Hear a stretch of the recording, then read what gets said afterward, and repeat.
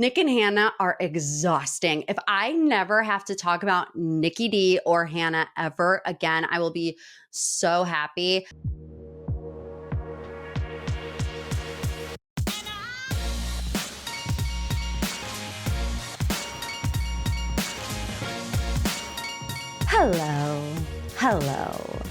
Hello, my beautiful people, my beautiful sisters.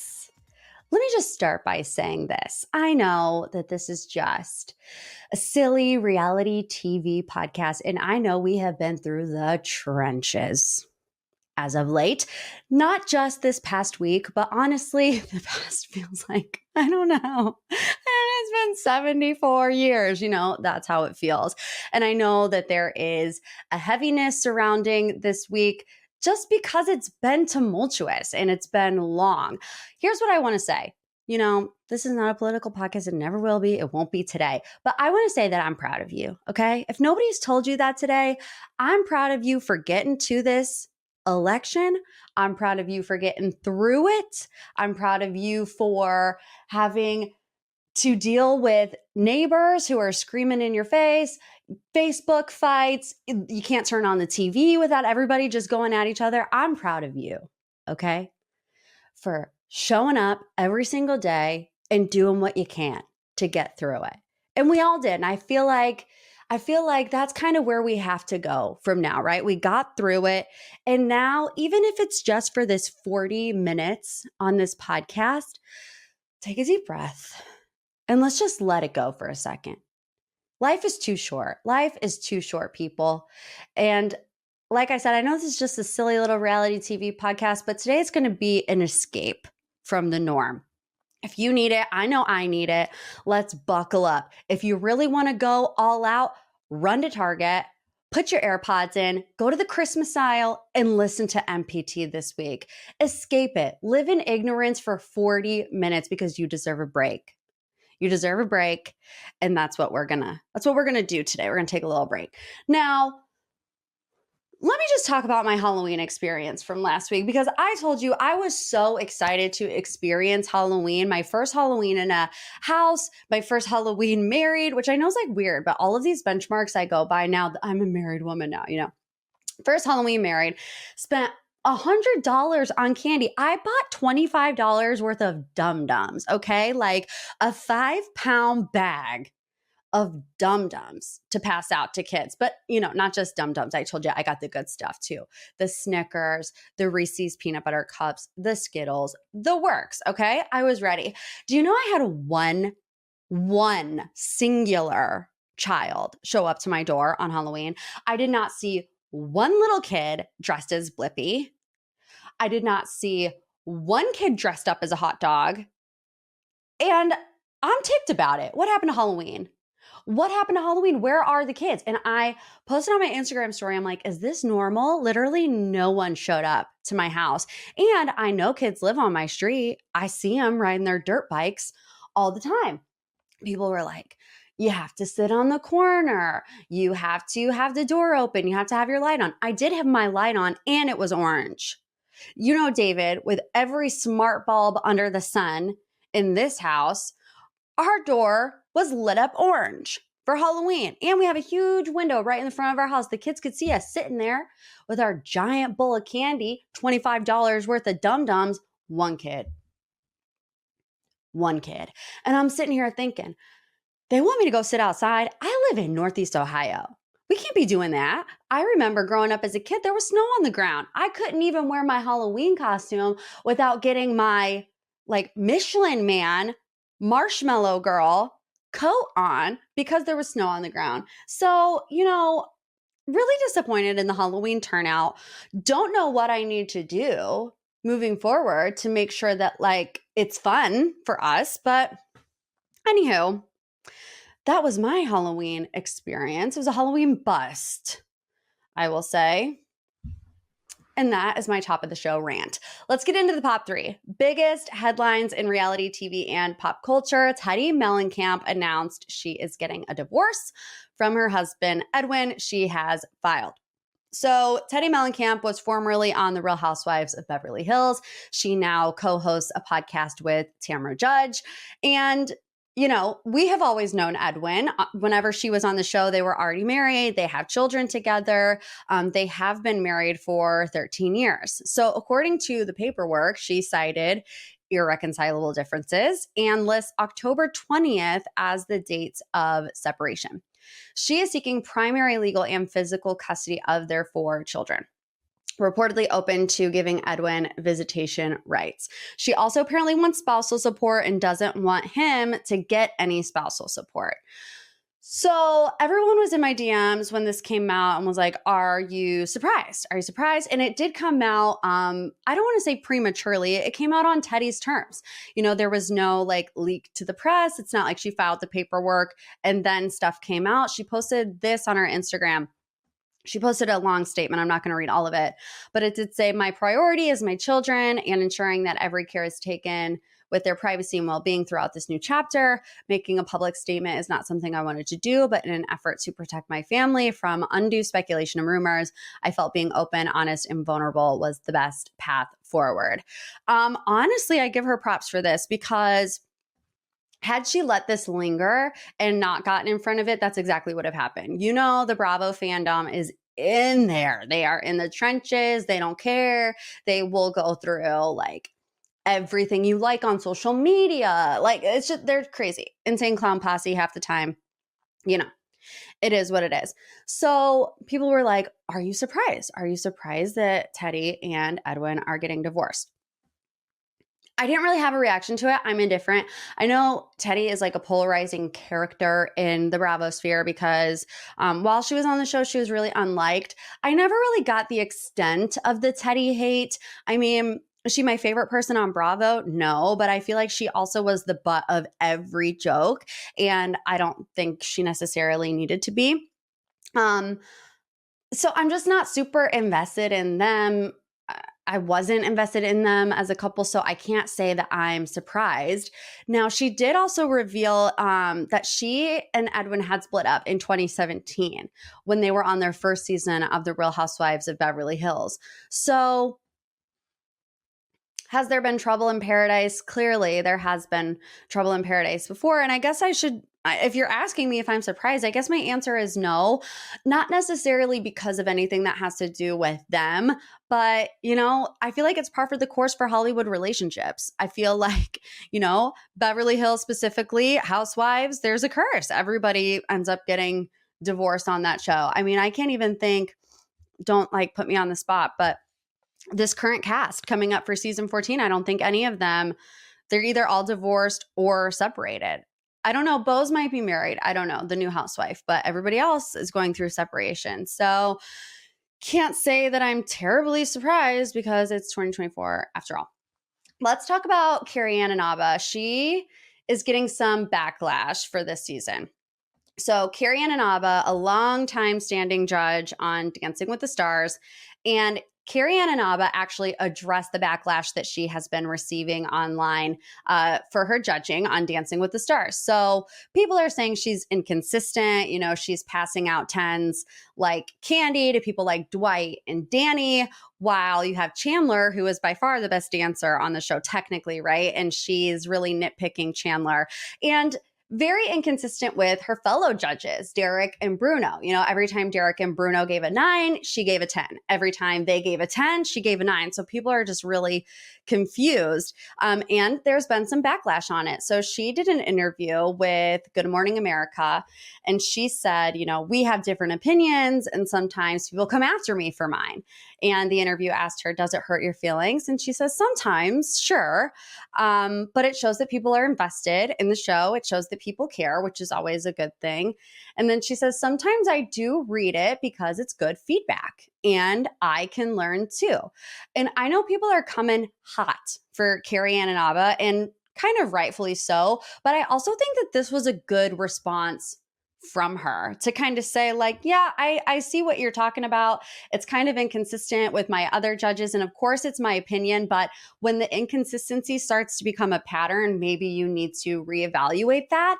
I think it will be really interesting to see what she does moving forward. You know, next week is the 500th episode. Will she start scoring people a little differently, specifically Chandler and maybe Alona, because people are saying that she has been too harsh on Chandler and Alona. In my opinion, they started scoring way too high and they had nowhere else to go throughout the season. Like, bring back the 4s, hurt people's feelings. It's a competition. You know, they don't want to hurt people's feelings, and I get it, but like, at least give them 5s. Like, you don't have to give them a 0, but they really didn't have anywhere to go. So also there's all this, like I said, discourse about Chandler, because Chandler Kinney is definitely the best dancer on the show. And like I said, 2 weeks ago, she was the closest to getting a perfect 30. Carrie Ann gave her a 9, Derek gave her a 10, and Bruno gave her a 10. She also was so good that she got to skip the dance off and like pretty much, I don't think she was safe from the vote, but I think that actually hurt her. I think not being able to participate in the dance off, because I think she wasn't in the bottom 3 because they don't do it like that, but she was in like one of the last 3 couples to be safe. I think not participating in the dance off hurt her because it took away her TV time. It took away her screen time. And, you know, you're fighting for attention and you have these big personalities like Alona and Dwight. And I feel like her personality just isn't, I don't want to say it isn't as big because I don't know. They're just not showing it on the show like they do, like an Alona or a Dwight who have these massive fan bases. So when you take her off the TV, she's just not top of mind for people. She is the best, like there's no question about that, but she's not top of mind for people. That, and for me, I'm not a Dancing with the Stars judge, so like whatever. But when I think of somebody getting a 10, I have to be like, oh my gosh, I cannot believe that they just did that. You know what I mean? Because it's about growth. It's about continual growth on the show, you know, how they started and where they got to. So like when you see, I don't think Dwight deserved a 10, but I'm just using it as an example. When you see Dwight get a 10, it's like, oh my gosh, I could not believe Dwight, who couldn't even stay on beat, you know, week 2, who forgot his dances, whatever, just pulled that off. Oh my gosh, wow, he really just did that. And I feel like because Chandler has been so consistently good from the beginning, like it sucks because it's a disadvantage to her because the wow factor is less because she's already so good. And it's like, how do you even combat that? I don't know. If I'm Chandler, like, I don't know what to do. Like, I'm sorry I didn't suck at the beginning of the season. I've been consistently good. Like, what do I have to do? I don't know. I think they maybe should switch something up, you know, like in the choreographing. I don't know. Like, do something crazy. I don't know what that is. But I do think she should have got 3 10s last week, and we'll see how it goes moving forward. Also, loving Joey and Jenna. Are we all loving Joey and Jenna? Like, fantastic. Okay, last but not least, Theresa Nist is spilling some details about her divorce from Gerry Turner, which is interesting because we all made the assumption that they split because of the distance, right? Well, she went on the Almost Famous podcast this week and she was like, no, it's actually not all about the distance. And while she didn't, you know, get into the nitty gritty of it, this is what she said. You really can't know somebody in 4 weeks. I'll say that. That's all I can say. I don't want to say any more than that. It's not something I want to discuss, you know, all the follow-ups. But she said it's not just the location thing. And then she even said they were working towards moving somewhere together. She says, I wasn't ready to sell my home until we found a home, but we never got to the point where we did find a home. She said, so then Gerry came up with the idea of doing 6 weeks at my place, 6 weeks at his place, but I wanted to have our home together. I was willing to move. I wanted to have our big home where our family could come visit us, and I didn't like going back and forth between our homes.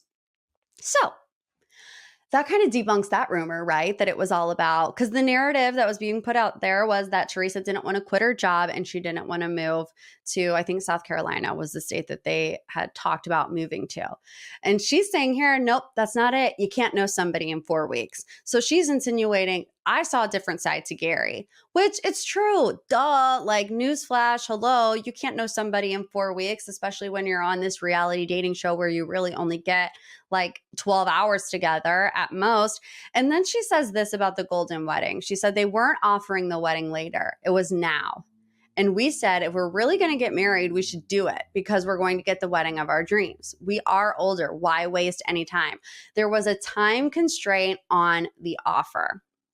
So I feel like this was a bit of pressure, maybe manipulation from whoever's making those decisions, right? Like, they wanted, so the Bachelor franchise has been such a hot mess for like the past 5 years, and Golden like had this resurgence in the franchise. And I feel like somebody behind the scenes was like, we have to have a golden wedding. We have to have the wedding and we have to have it now. We have to capitalize on how big this show is. We have to kind of reinvent our image, you know, and not be known as this failed dating show. So let's do it now.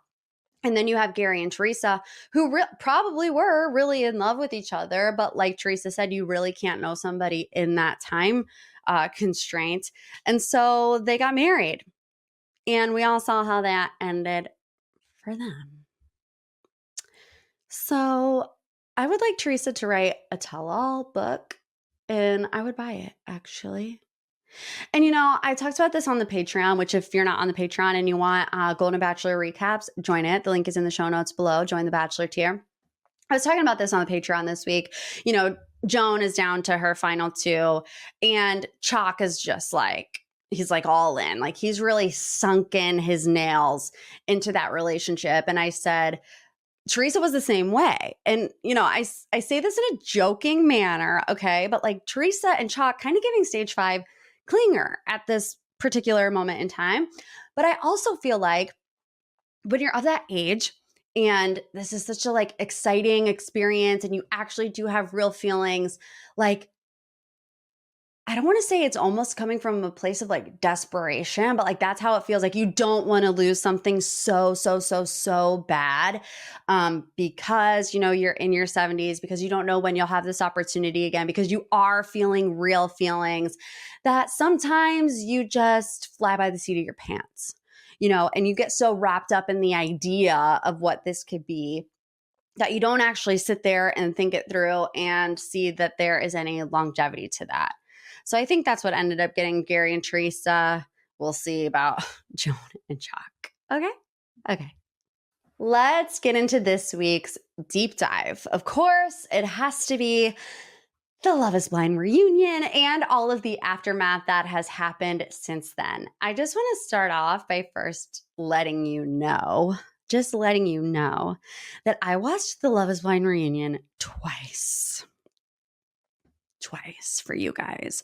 The things I do for you, I mean, getting through it once was already like rough, but I did it 2 times so that I could be able to accurately articulate all of my feelings. So let's go ahead and give it a whirl. So Taylor and Garrett still together. We knew, hunky-dory. The only real hiccup, and I wouldn't even call it that, I would say, you know, thing that they had to work through was where they're going to live. But Taylor is like, you know, I wanted to live in San Diego, but home is now with Garrett, and they're living in DC for now. Who knows if that will go on moving forward. Family's in the audience. Everybody's happy. Everybody's in love. And we figured that, right? Like I said last week, Taylor and Garrett, to me, the most normal people on the cast. And then we get to Ashley and Tyler, who also are still married, who were engulfed in this paternity scandal. And we talked about it last week, but in case you didn't listen, so Ashley and Tyler, they got engaged, they got married. And then while the show was airing, it came out on social media that Tyler had 3 children, right? 2 very different sides of the story, you know, like Ashley and Tyler explained on the reunion. Tyler said he was a sperm donor for a lesbian couple who wanted to have children. He donated one sperm, then they split up. He kind of stepped in and took on more of a fatherly figure than he expected to because he was just trying to help a friend, and the waters got murky, right? Well, here's the problem. The problem with that is that the baby mama also told her side of the story on social media, saying, yes, that is true for child number one, but he and I share 3 children together, 2 of them being twins that were conceived naturally, okay? Not a sperm donor, right? So it's all kinds of muddy, right? We have no idea what's going on there. 2 very different sides of the story. But I think what was interesting is when Tyler is given the chance to explain himself, he says, those kids, that family, they did not sign up for this.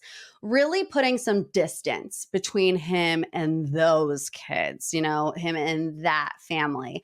And he says, I did help a friend and her wife. Wife ended up leaving her. I stepped in voluntarily and helped. I played a part that became very shaky with a friend.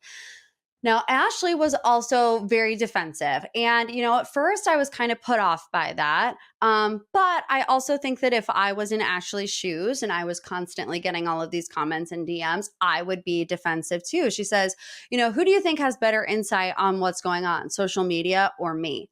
And here's the thing is the thing that they didn't talk about, and I'm sure there's reason why, but it's the big elephant in the room, is that the only reason why social media has so many opinions is because Tyler's baby mama got on Instagram, got on TikTok, and told her side of the story. If we only had Tyler's side of the story, I would give him the benefit of the doubt and say, okay, yes, let's leave it be. It's a private situation, which it still is. There's children involved.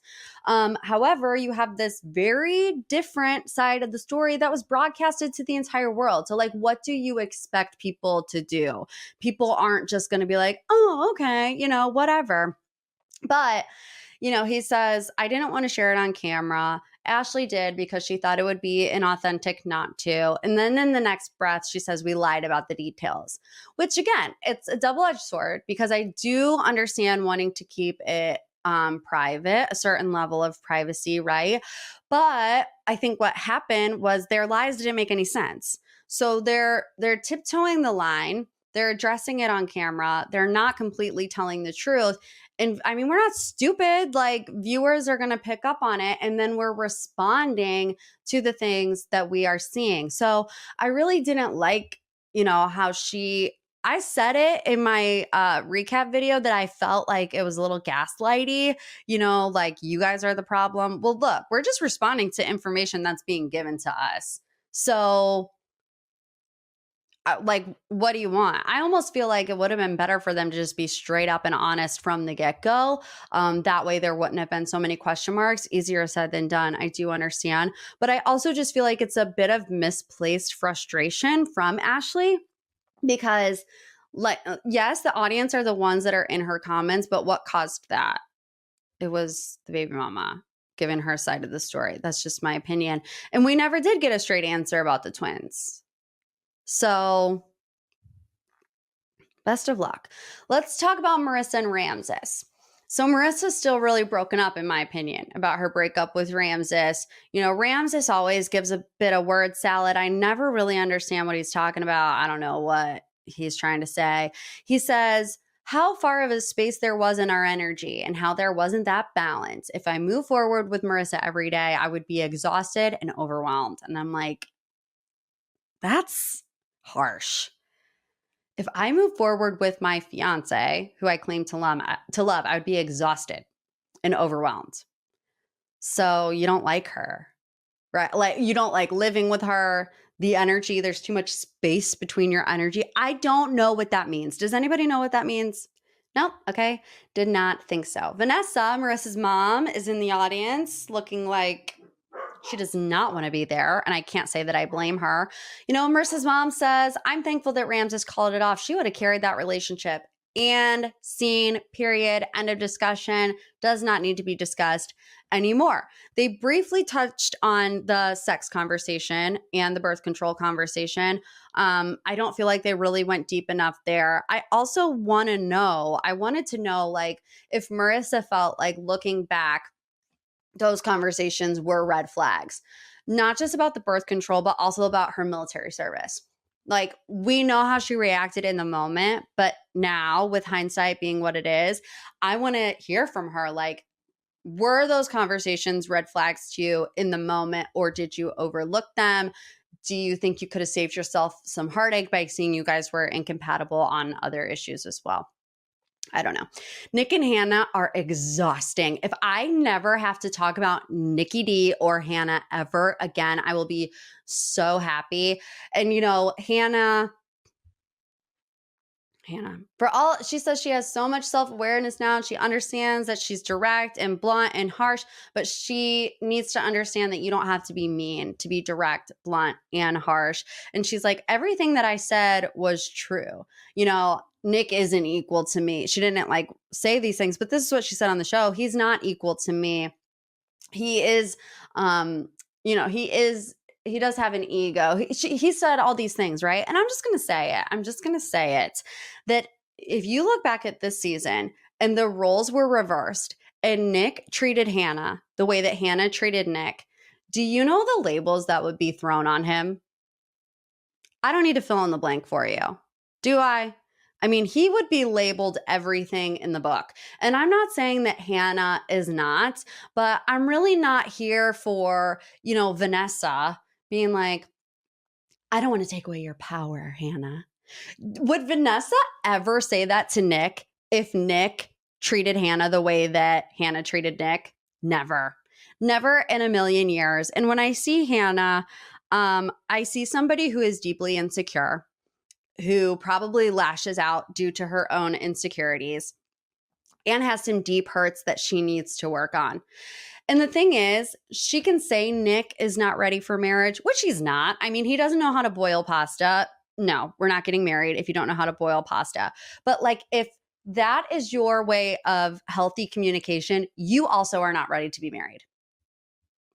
You also are not emotionally mature enough to be married. So, the Notebook thing. Dated September 18th. Sell houses, be in the best shape, and be the most famous person ever on Love is Blind. If I was at one time engaged to Nick and I read that, I would be mad. I would have doubts. I would be looking at him all kinds of sideways. But it's like pot, meet kettle. Hannah quit her job to be on Love is Blind. Why? To get married and to not have an income. I wonder what her thought process was about quitting her job and going on one of the biggest reality dating shows in the world. I don't know, probably, well, I could become an influencer. I mean, hello. They all do. It's like the here for the wrong reasons argument. I'm so over. Everybody goes on these shows to become somewhat famous. They don't only go on the show to find their partner. Download Hinge, come on. Then we get to this grenade comment, which is mean, and I don't like it, and Nick shouldn't have said it. She says, I was being so mean to him, so I don't understand why he was all lovey-dovey to me. And now it makes sense because he wanted to be the most famous person on Love is Blind. And I just feel like, okay, you're admitting that you had all of these negative feelings towards Nick and that you knew you were being mean to him. And if you love somebody and you really see forever with them and you see yourself getting married to them, you don't treat them like that. So to me, I'm sitting here thinking like, was she trying to push him to get him to break up with her? And if that was the case, couldn't you also make the argument that she wanted to stay on the show as long as possible? I mean, she stayed on the show until trying on wedding dresses, when she knew as soon as he hopped on that duck in Mexico that she was not marrying him. When she wrote down 10 things I hate about you in her notebook, she was not marrying him. I mean, I don't think that either of them are innocent by any stretch of the imagination, but They just exhaust me. And honestly, from this point out with the Love is Blind reunion, I was like out of commission, out of office, could not retain any information because I was so depleted of energy both times that I watched it. But we do get to Brittany and Leo. I actually thought Leo was pretty well spoken in articulating how he wanted to take accountability for how he acted towards Hannah. You know, he said he was acting delusional for calling their breakup mutual. And then they talked about how they didn't go to Miami because they were the weakest link. And they're like, well, what happened? And Brittany was like, well, he took a drink of my martini and I decided that we weren't compatible, you know? It's like, okay. So that was kind of a nothing burger, but they are very good friends. Monica and Steven, like I said, by this point, I'm so emotionally checked out, but I feel like Steven was ready to do his big one. Like, he was ready. Talk about wanting some TV time. He was like, off to the races, ready. He goes off on this tangent about how people don't want to believe me and why should I even tell my side of the story. It made me a bit uncomfy. I was like, okay, I don't really know what to think in this situation, but Steven is ready to talk and he wants the rest of us to listen. He was at that sleep study after all, and maybe he was drunk because his eyes were completely bloodshot. But then he says that he actually never met this girl in person that he was texting with. And I'm like, the bar is in the gutter, you guys. Could you imagine being engaged to somebody, being on a television show that's like the biggest dating show in the world? You could watch it literally anywhere in the world, and having your fiance sexting a woman fetishes that he's never even met in real life. Like, I don't even know what would be worse if you actually knew it, if you actually knew the person. But I'm like, talk about a stupid decision. Talk about just ridiculousness. So then we have Tim and Alex, and in my opinion, they are just as exhausting as Nick and Hannah. They really butt heads badly. I feel like Tim and Alex just speak two different languages, and I think the problem with Tim and Alex is that they both have the same attitude. And when that attitude is activated, it's like a ticking time bomb. I mean, it was a perfect example watching their segment on Love is Blind where like they start off and Tim's like, I don't have any animosity towards Alex. You fast forward 30 seconds and like their body language, they're stiff, they're, you know, accusing each other of things. They have two different sides of the story. And, you know, certain people can bring out the wrong side of you. And I think that happens a lot with Tim and Alex. I think Alex brings out a bad side in Tim. I think Tim brings out a bad side in Alex. And then Vanessa's like, okay, well, clearly you guys have not talked in a year. You have a lot of things to work out. You need to speak privately. Defeating the purpose of a reunion. I mean, would Andy Cohen ever? No, I don't think he would ever. I just don't think that he would ever. So we got through the reunion, and then we have these little tidbits of information of stuff that's coming out afterwards. So let's start with Marissa, because Marissa does have a new boyfriend, and she's not friends with Hannah anymore. That was another thing that really riled us up, right? Was how hard in the paint Marissa was going for Hannah in her spat with Nick, right? Like really defending Hannah, having her back, being good friends. Well, she was on like a local news channel and Nick was there too, sitting behind her. They were being interviewed.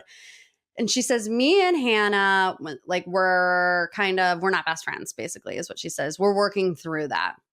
She says, it's hard to see someone the way it was portrayed on camera. It was hard to see her go be that way. So here's what I've learned about these types of people who claim that they're just direct, blunt, and harsh, and that's just who they are. I view Marissa as a very nice and empathetic person. So you think, okay, well, they could never be that way towards me because I don't trigger this reaction from them, right? Like, I'm so calm, cool, collected. They can never be that way towards me. And then they are, right? And then you're like, oh, no, they can be that way towards me. They will be that way towards me. And that's not a healthy friendship. So I think Marissa probably got a one-way ticket to that show. But when it comes to her new boyfriend, she says she hard launched him on Instagram. And then she said, I need a partner who's going to anticipate my needs a bit more and who's going to allow me to be more emotional and not have me lead the relationship as much. I figured that out with Ramses. I'm currently dating someone right now, and he has those qualities that Ramses didn't have for our relationship. She said that to Us Weekly. So I'm happy for Marissa. I know that people have differing opinions about her. I really like her. I do find her to be authentic. I do find her to be herself. I do think she went on the show looking for love. I think that she just kind of got lost in the wrong relationship. So then there was this rumor, I guess, it all started that Ashley was pregnant. So there was this video that went viral of Ashley like rubbing her stomach, and everybody immediately thought that she was pregnant. So she went on her Instagram stories, and this is what she said. Hey guys, so it looks like apparently I can't have a private life at all anymore and can't keep anything to myself. Go figure. So I figured I'd just come on here and tell you guys the truth. I am pregnant, but she's not pregnant. So after about 20 seconds of big laughs, she's like, no, I actually am not pregnant. I knew it was a mistake being filmed rubbing my belly after eating and knew what people would think. So to be clear, no, I am not pregnant. You guys, I can't. It's 2024. Don't you know to like, you're not like pretending to be pregnant or even making a joke about being pregnant is like not the move. It's not the move. I don't know. But I do have food babies like 95.5% of the time that I eat. And like, honestly, my hands just go there. Like my hands just start to cradle on my belly. So I guess I shouldn't be too harsh on her because like when I have a food baby, sometimes I think that I'm really pregnant too. That's just like my knee-jerk reaction. My body just decides to do that. So anyways, all in all, can I just say, the season of Love is Blind sucked. I'm so glad that it's over. I can't even tell you who like I really like. Honestly, I like Brittany and Leo. Could you like who would have ever thought first couple of episodes going into it that Leo and Brittany would be one of my favorite people? Taylor and Garrett, obviously, but like the rest, we're ready to be done and over with it. Okay, listen, take care of yourself out there. Do what you need to do. If you need to camp out at Marshall's in the Christmas section, be my guest. That's probably what I'm going to go do. But I love you, okay? I love you. We're going to be all right, fam. We're going to be all right. Thank you if you left a review last week. Still don't have the amount I want, so leave me a review if you haven't done so yet. A little 5-star boop boop, a little love you like a sis. Come hang out on the Patreon. We do Bravo, Bachelor, Survivor, celebrities, and pop culture all week long. So make sure you're subscribed there if you want more MPT. The link is in the show notes below, and I will see you next week. Love you like a sis. Bye.